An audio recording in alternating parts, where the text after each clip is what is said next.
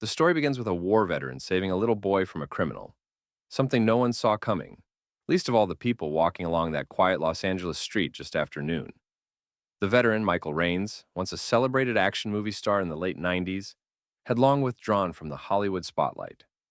Now, in his late 60s, he spent his days taking long walks through the suburbs, just outside the city, a quiet neighborhood of coffee shops, pharmacies, palm trees, and parents pushing strollers under the June sun. That day, he was walking alone with a paper bag of aspirin and a bottle of mineral water, trying to get some movement in his stiff knees, when he noticed a man standing beside a parked black SUV with its rear door open. The man wasn't doing anything immediately suspicious. He was on the phone, pacing a little, sunglasses on, looking like any other impatient dad waiting for someone. But something about the way he kept looking down the street, then ducking behind the door, then checking his watch, sent a flicker of discomfort through Michael, the kind of flicker only someone who's been trained to spot unnatural behavior would feel. He slowed his pace, pretending to check his watch, and glanced again at the man.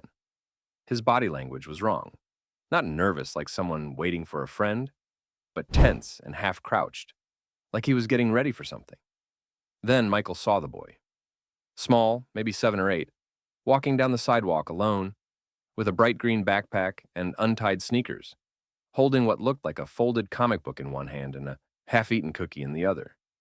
The boy wasn't running, just meandering, the way children sometimes do when they've been sent home early or lost track of time. He was looking at the drawings on the page and didn't even notice the SUV until he was nearly parallel with it. The man looked up from his phone, clicked it off, and stepped slightly forward.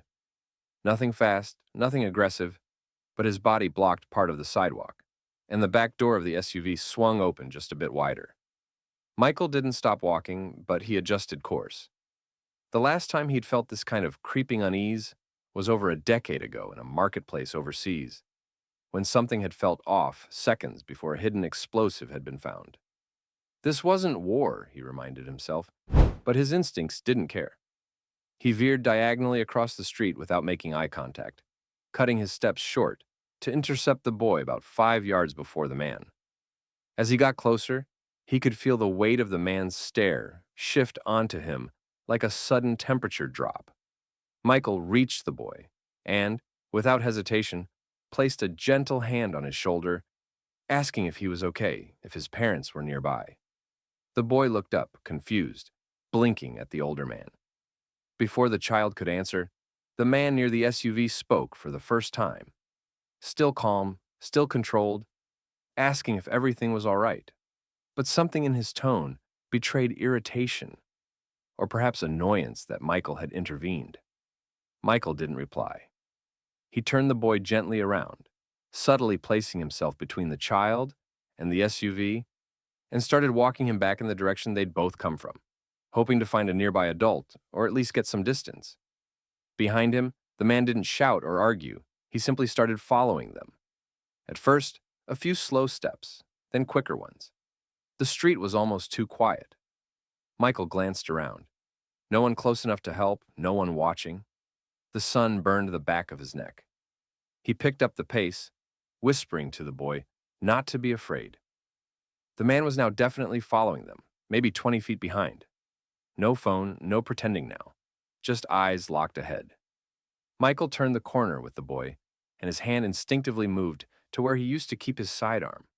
Gone for years now, but the memory still sharp. There was a growing sense of inevitability pressing on him, like this moment had been waiting to happen for years, and whatever came next wouldn't be easy. And just like that, a car engine roared somewhere in the background, tires screeched, and the tension snapped.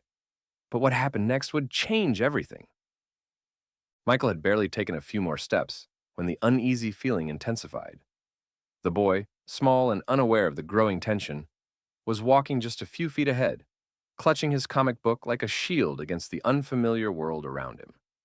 The man by the SUV, who had been standing motionless for a moment after hanging up the phone, suddenly shifted his weight, his gaze locking onto the boy as if calculating his next move. It wasn't a subtle motion. His hands twitched and his jaw tightened. The veteran's instincts screamed that something was wrong, that this was no casual encounter. Without hesitation, Michael broke into a jog, closing the gap quickly between himself and the boy. His hand reached out, firm but careful, gripping the boy's arm before the man could make any move. The boy startled, eyes wide, but did not resist. He seemed to sense the urgency in Michael's touch. The man lunged forward, his face momentarily twisting with frustration and anger as he tried to snatch the boy back, his fingers brushing the boy's jacket. But Michael's grip was stronger.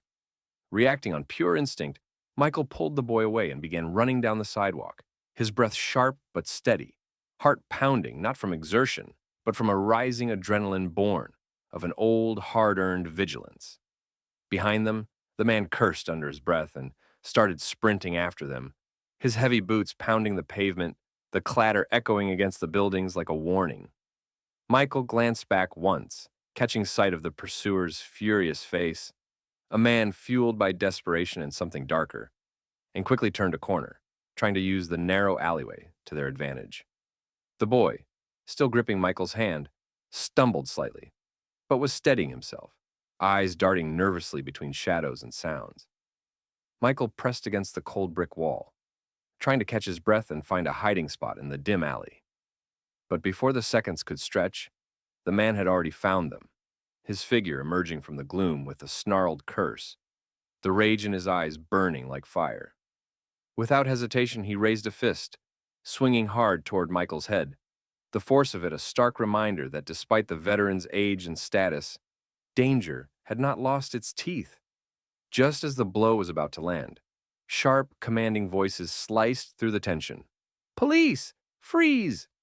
Several officers who had been patrolling nearby and witnessed the chase from a distance appeared at the mouth of the alley, weapons drawn but controlled, their presence immediately shifting the balance of power.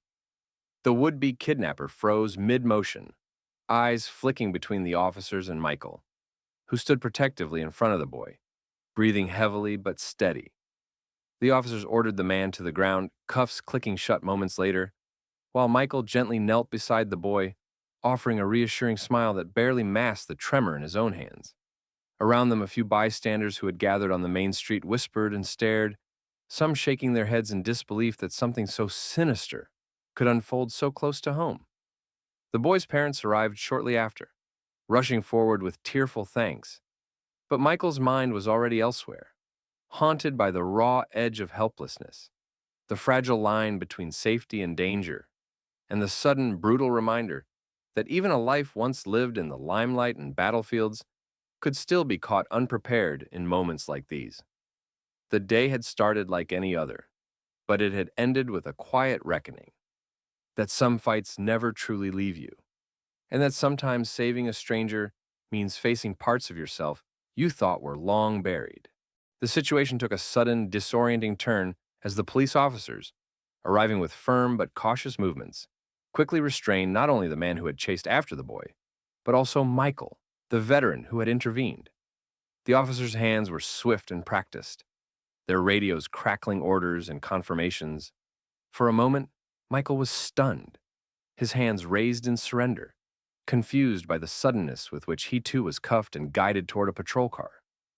The boy stood nearby, clutching his mother's hand tightly, eyes wide with both fear and relief, unable to fully grasp the complicated scene unfolding before him. At first, there was no explanation from the officers, only the rigid protocols kicking in, as they treated all involved as suspects until proven otherwise. Michael's protests were quiet but firm. He was just trying to protect the child. Yet in the haze of flashing lights and murmured commands, he could only wait. Later, after some tense questioning and the arrival of additional officers and a detective, the truth came to light slowly but clearly. The man, whose name was later revealed as Victor, had an extensive criminal record involving petty thefts and a few more serious offenses, and was now suspected of attempting to kidnap the boy.